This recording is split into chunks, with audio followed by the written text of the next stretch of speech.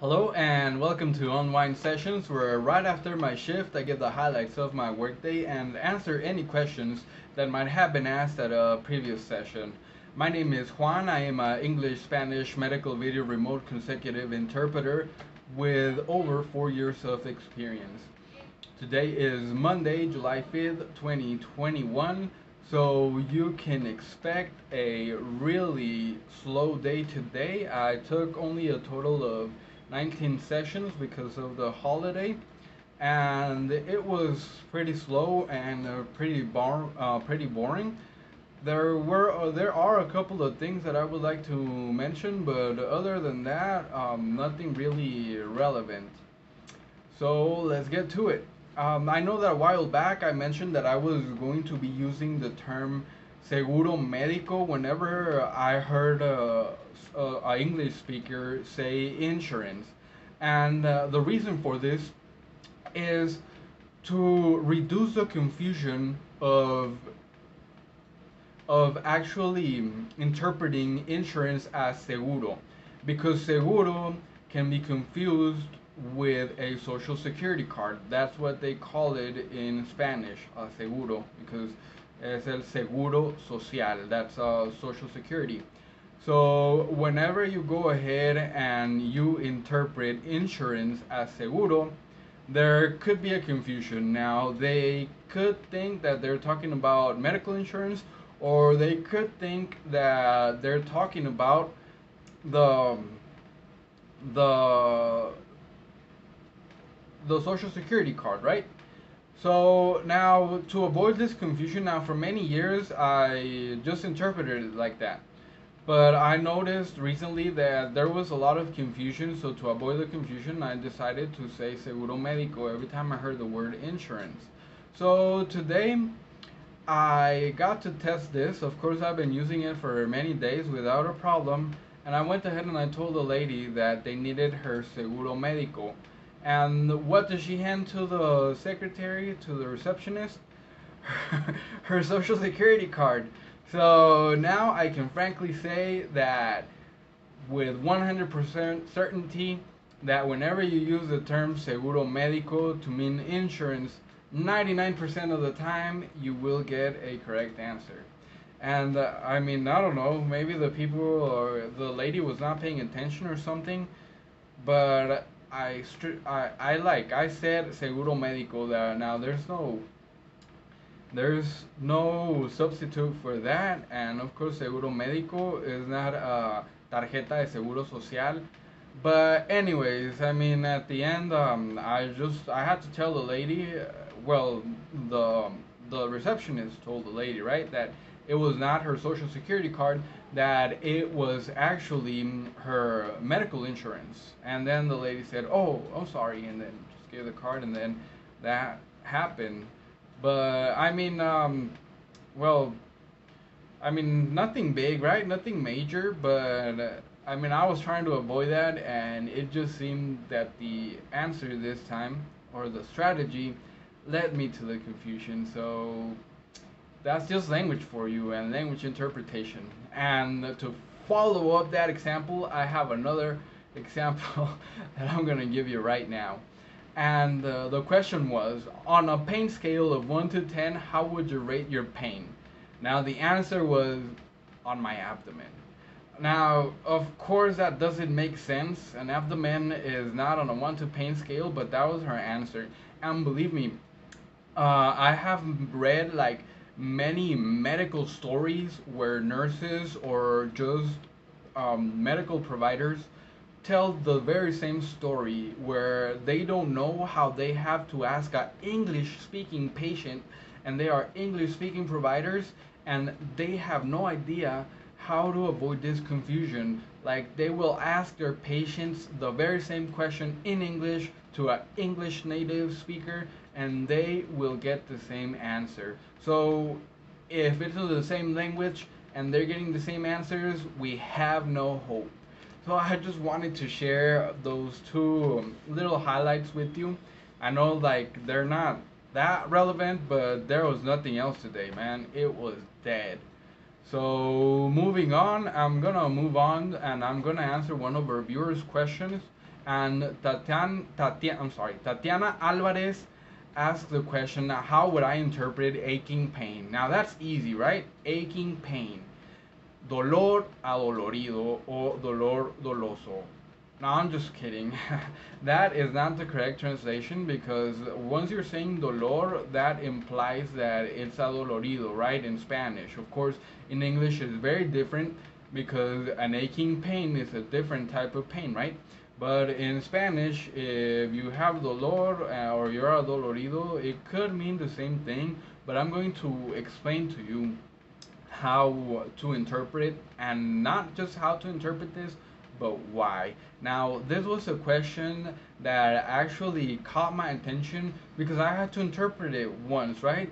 And what was I gonna say? Now, if you don't speak Spanish, obviously you have no context. So saying aching pain in Spanish, like translating it literally, is going to translate to pain. So now that really doesn't make sense, right? Are you having pain? Well, of course, I'm in pain. What other kind of pain can it be, right? So just to get that out of the way, what is the Google definition for pain? Where pain is physical suffering or discomfort caused by illness or injury. And what is the definition of aching? Now, aching means sore or throbbing with pain. So we can see the difference, right? Now, aching is pain, but pain can actually be described in different ways, right? There's not just one type of pain, and that goes the same for Spanish as well. So what this means to me is that aching means a pain that is there, but you can actually live your life with that pain, right? Like, for example, I'm pretty sure we've all started exercising after not exercising for a really long time, right? And then you get back into it, and then the very same day you feel sore, you feel really sore. Now, I would say that's aching pain, because it's aching, right? But you can still do everything. It's just uncomfortable, right?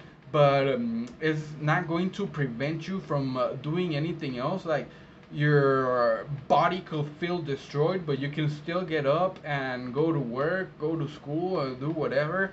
Now, that is aching pain. And to go ahead and further explain it in much more detail, let me give you the example of a headache. Now, we have head and ache, right? Ache, so soreness.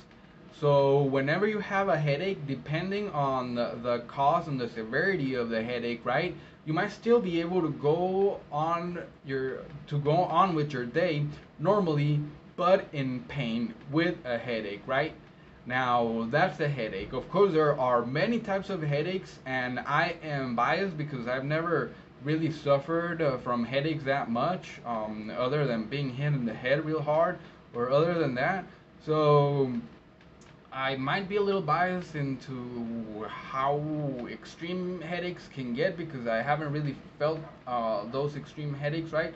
But just bear with me here, right? Like, let's just say that a headache is a pain in the head or an ache in the head, that it's there, but you can do everything like normally, all right? Like, of course, you're not going to do it 100% because your head is hurting, right? But you can do it. Now, if we compare that to like a brain freeze, now, whenever you have a brain freeze, you just want to chop your head off, right? You want to chop your head off and just ease your suffering. Now, imagine having a brain freeze all day. Now, would you say, I'm having a headache? Of course not, right? You'll be like, damn, I am in great pain. I think I'm gonna die. And now that is the difference from like pain, which I've had to interpret that, believe me. That's the difference from like pain and aching pain, okay? And now to answer your question, the correct translation for aching pain is just plain old adolorido. For an example, like when a provider asks, what kind of pain is this? Is it sharp pain, throbbing pain, dull pain, or aching pain? The correct interpretation for that would be, ¿qué tipo de dolor es? ¿Es dolor agudo, dolor pulsante, dolor sordo o adolorido? And notice how I did not say dolor adolorido. It was just adolorido, because if it's adolorido, it already implies that it's a type of pain, right? For example, if we say agudo, well, agudo could be many things, right? So you have to put dolor before agudo to actually make it mean pain, right? Dolor agudo, sharp pain. Also punzante. If you say punzante, things could be pulsating all the time, right? And you don't know what it is, but if you say dolor punzante, then you know they're talking about the pain. Also, dolor sordo. Now, dolor sordo is a term that I don't really understand. Like, it's like soreness, it's there, but it's like really, really mild, I guess. And but if you say sordo, they're not gonna understand context, right? So you have to say dolor sordo. But as soon as you say adolorido, like there's no way they're gonna mistake adolorido for anything else, right? So if you say dolor adolorido, that's like saying pain, right? So it doesn't make sense because you're already implying pain. So just a plain old adolorido is going to work for that. And I mean, it seems like a joke, right? But I mean, it happens. It happens, and I've heard this many times, and I was only confused once because just like you, I went into a Facebook group, a medical Facebook group. There is one. I'll probably share the link to that one. It's a great group, and whenever I have questions, that is my go-to group. Well, I actually have a couple of them. So I'll share all of them later on, and well, not later on, right there on the channel on the video description. I'm sorry. So that way, you also have that tool, that resource, and of course you can always ask me, and I will research whatever you need. That way I can learn and explain it to you as best as I can. So I hope that answers your question, and you will never ever again be plagued by this aching pain. And so last thing, I want to drop a little bit of knowledge, and I want to talk about the role of an interpreter. I already mentioned this in another video that I had to step out of the role of an interpreter, right?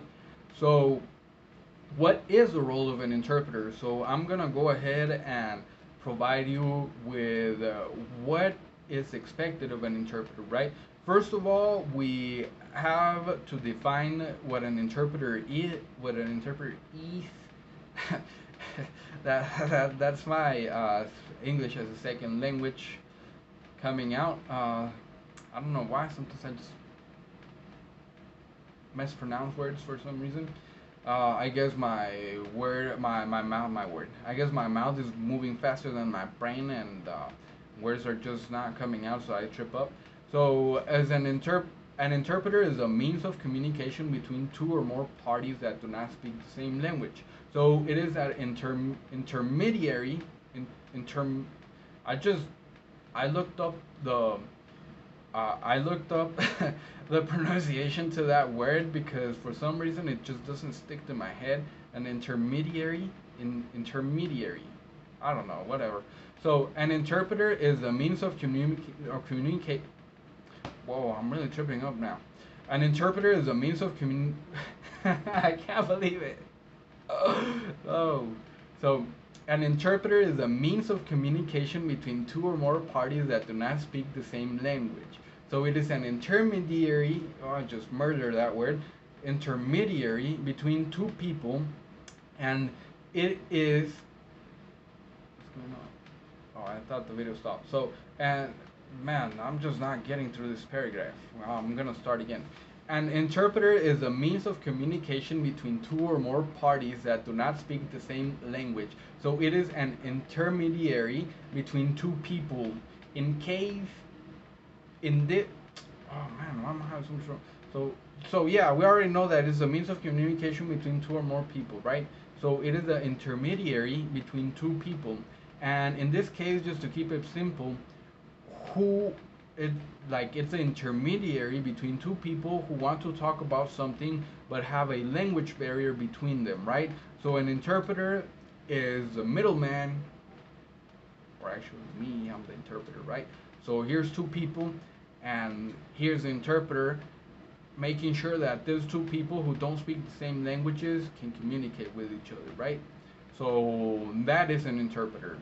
And the role of an interpreter, well, after we know the definition of an interpreter, well, what is expected of an interpreter to do, right?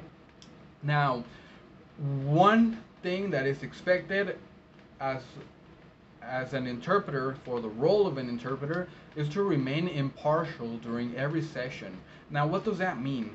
That means that whatever they tell you, whatever they say in the session, even if you do not agree with it, you still have to interpret it, right? You're not getting paid there to judge whatever the people are saying. Now, I know that there are some sessions, for example, abortion. People might not be um, they may not be for abortion, right?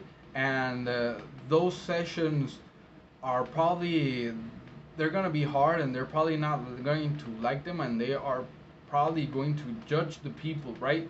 Because they probably have so much of a big posture against this, right? That they're not going to be able to interpret this session because they're just going to be so focused on how bad an abortion makes them feel, right?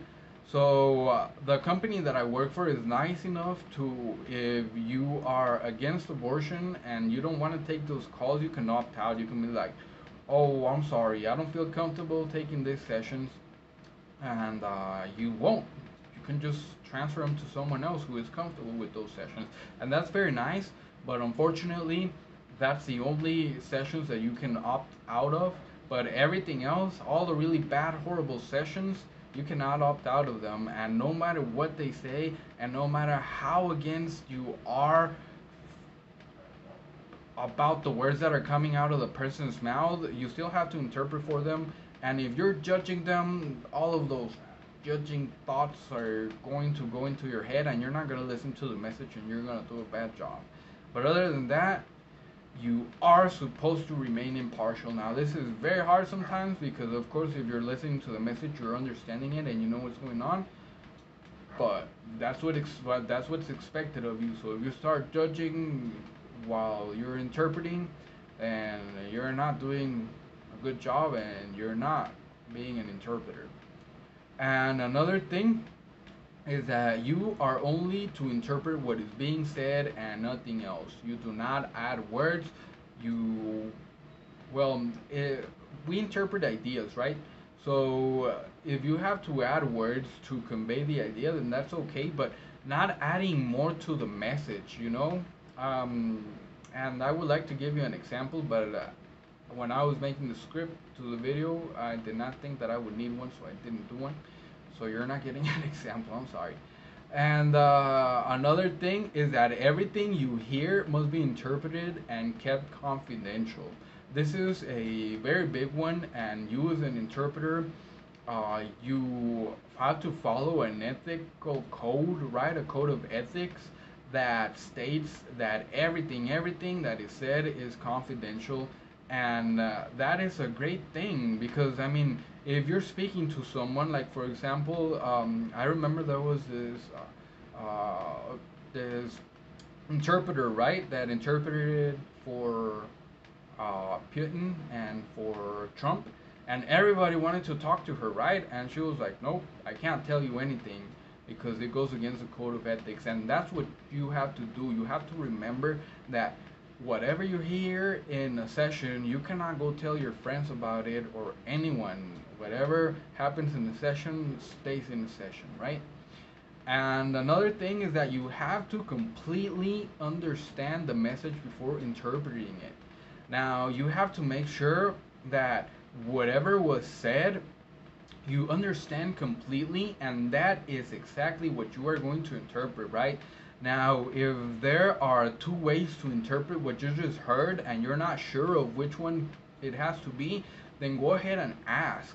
You have to ask because it's your job as an interpreter to go ahead and give precise and accurate, which means the same thing, precise and accurate, right?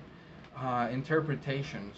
So ask if you don't understand, and make sure you understand before interpreting. Another thing is that you need to ensure transparent and seamless conversations. Like, it needs to be like the two parties are just speaking to each other, right? And the better you can do this, the better the session is going to flow, right? And sometimes this is hard because sessions can get messy, but just do your best and just try your best and just make it seem as if one person is speaking directly to the other, right? And that is what is expected of you as well. And another thing, on that, transparent and seamless conversations. For example, if they're talking bad about you, the interpreter, you are supposed to interpret that as well. And if you don't, you're probably gonna get in trouble because once the answers don't match, people are gonna start to wonder, well, what is this guy really saying? He didn't say that. I told him that I think he was the worst interpreter in the world, right? So you gotta be transparent. I know it's hard to talk bad about yourself, but it's not your speaking, it's someone else. So, or any good thing, you can also go ahead and, but just post what they said, don't add more things, right? And another thing is that you have to clarify if there are doubts, and this is something that I already mentioned before, but it's worth mentioning it again because if there is any doubt into what was said, a word, pronunciation, or whatever, you have to clarify to make sure that you're giving the best interpretation possible. Another thing is that you have to be a cultural broker. Now, what does it mean to be a cultural broker? It means that there might be some ideas that you can go ahead and say them in English, but if you actually go ahead and translate them literally in another language, they're not gonna make sense because they don't have that cultural context, right? One example is idioms. If you go ahead and say it's raining cats and dogs, man, people are gonna be scared in most languages, right? They're gonna be like, what? Did what's going on? Did something blow up, or why is it raining cats and dogs, right? They're not gonna understand that is that is an idiom or an idea to imply or to mean that it's raining really hard, right? Or it's raining a lot. So you sometimes you have, and in idioms you have to take these ideas that make sense in one culture, but if you interpret them literally, then they're not gonna make sense, right? So you have to take an idea from one culture and make it make sense in another culture, if that makes sense. And another thing is you have to be an advocate. And no, you don't have to be an advocate. You don't have to be an advocate, and let me tell you why now.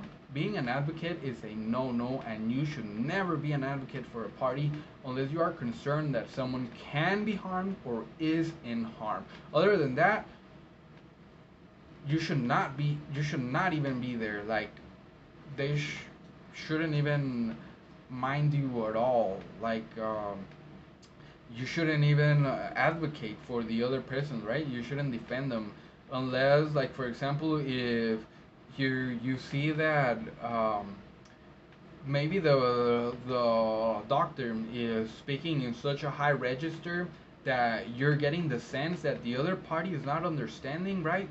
Then you can go ahead and advocate for that party. You could tell the doctor, I'm sorry, I'm getting the sense that the person is not really understanding, but maybe they're too afraid to ask or too nervous.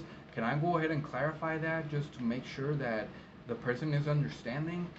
And then you have to go ahead and then you ask the other person if they're understanding, and if they're not, then you ask what the problem is, right? You're advocating to make sure that they're understanding, because of course if it's like a medical diagnosis or something, well, you don't want that person to go off and understand something else, right?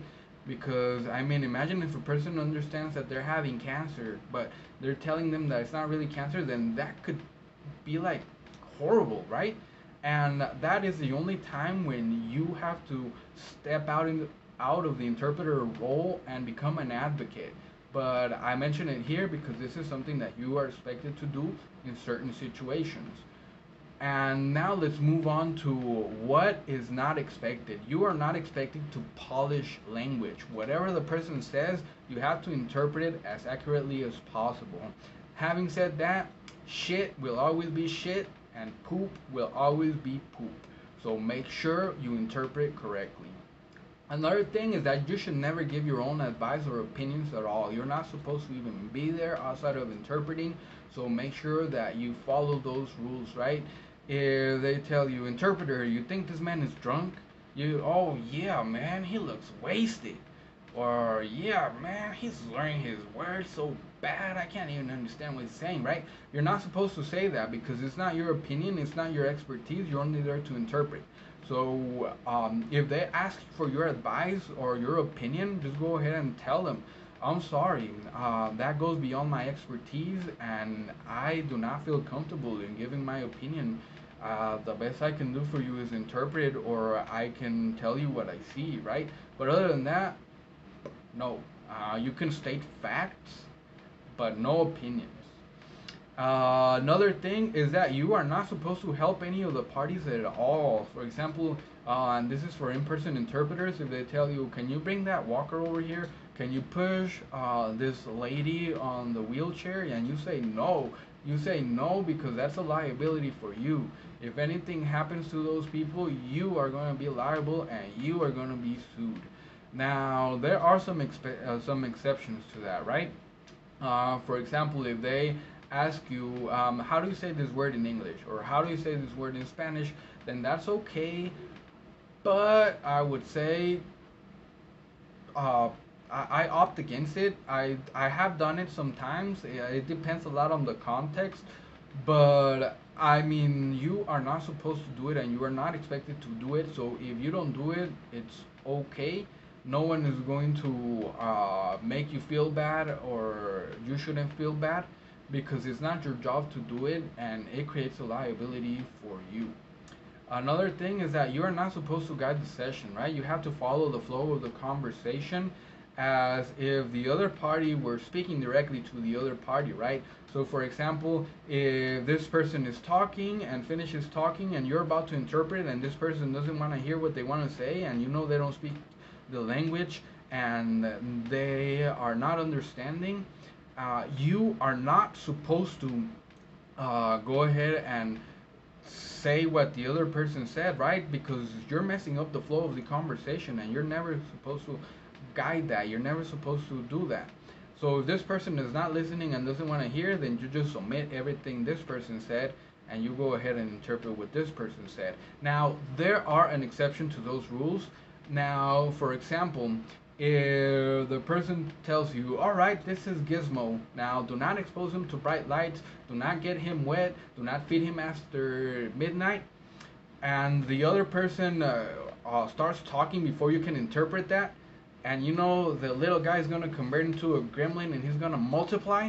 Now, if you got that reference, congratulations, you are old, just like me. Nah, I'm just kidding. But if you didn't get that reference, now, the gizmos, or I don't know what they were called, but Gizmo was like a little cute furry thing, like a bunny rabbit kind of with some big eyes, very cute. And if you got this little thing wet and you fed him after midnight, he was going to multiply and then he was going to turn into a really ugly gremlin. You can look that up in Google, gremlins. They're horrible and they're really bad. And if you expose them to bright light, I can't remember what that did, but it made them go kooky, right? So if you know that this person is going to be giving a gizmo and they don't want to hear that, then of course it makes sense, right? Like, for example, do not eat after midnight if you are getting if you're getting a surgery tomorrow in the morning, right? And the person just doesn't want to hear that, then go ahead and interrupt them and go ahead and guide this session, right? Tell them, no, I need to tell you this first because it's important. And another thing is, do not speak to people outside of your interpreting session. Now, this has happened many times. Like, people, I am like waiting for a doctor and they want to speak to me, and I just tell them, I'm sorry, it is because of company policy that I cannot speak to you, but let's wait for the doctor to get back. And yeah, they do. They don't bother me anymore. And I'm about to get to that 30-second mark, so I'm going to rush right through this.